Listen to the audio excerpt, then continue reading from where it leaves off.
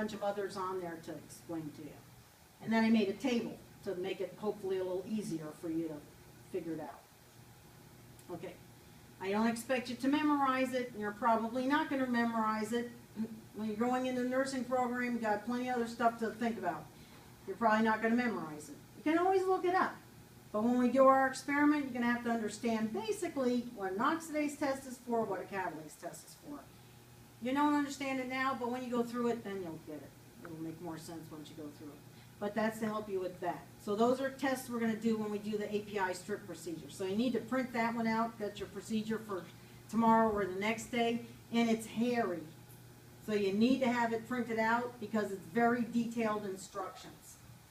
And then I forget what this is. Oh, these are notes from the board? Oh, these are notes. I was trying to help you figure it out.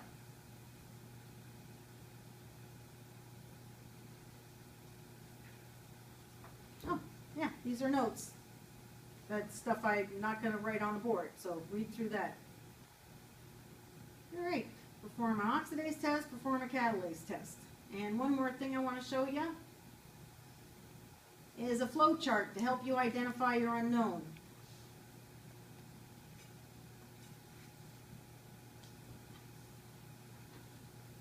Okay, I know you're probably thinking, I don't know what the hell's going on right now. You're perfectly normal. I don't even know what the hell's going on right now, and I've done this before. It's a lot of shit coming at you, I get it. But when you go through it, it will start to fall into place. And the flow chart is a place you can go once you understand it better and see what happened. I'll walk you through it just a little bit so to sort of get you started, give you a little courage.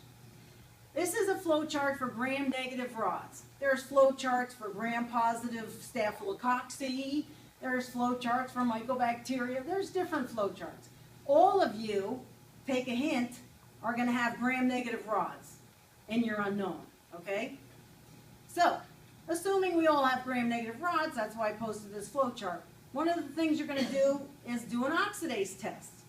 If your oxidase test comes out positive, then your unknown is one of these genera. If your oxidase test comes out negative, hello, you've got Enterobacteriaceae. And I already told you, you all have Enterobacteriaceae. Guess what?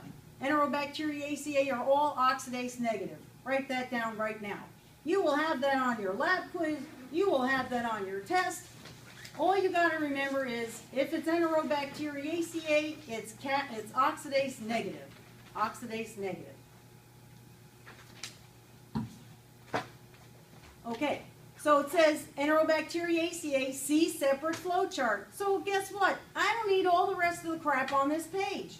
I'm just going to go straight to the separate flow chart, which is the next page. Here you go, Enterobacteriaceae flow chart, right?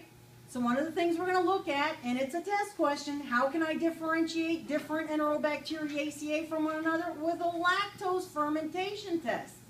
Some ferment lactose, these guys, some don't, right? Not hard, okay? If you got a lactose negative one, you got to see the other flow chart. If you got a lactase positive one, it could be one of these. In your API strip, you're going to have an indole test, you're going to have this test, you're going to have that test, you're going to have this, you're going to have these different tests. So you're going to, if it's positive, I go that way, right? If I do a citrase test and it's negative, I go that way, right?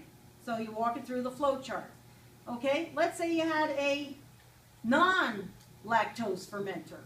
You go to the next page. Lactose negative flow chart.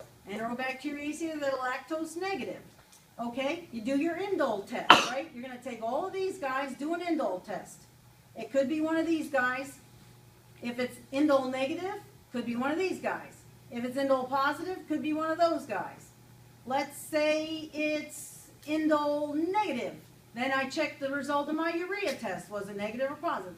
Then I decide, was it motile or non-motile? I might not even have that information, but maybe I can jump down. Oh, here, the H2S test, we did that. Was it H2S positive or H2S negative?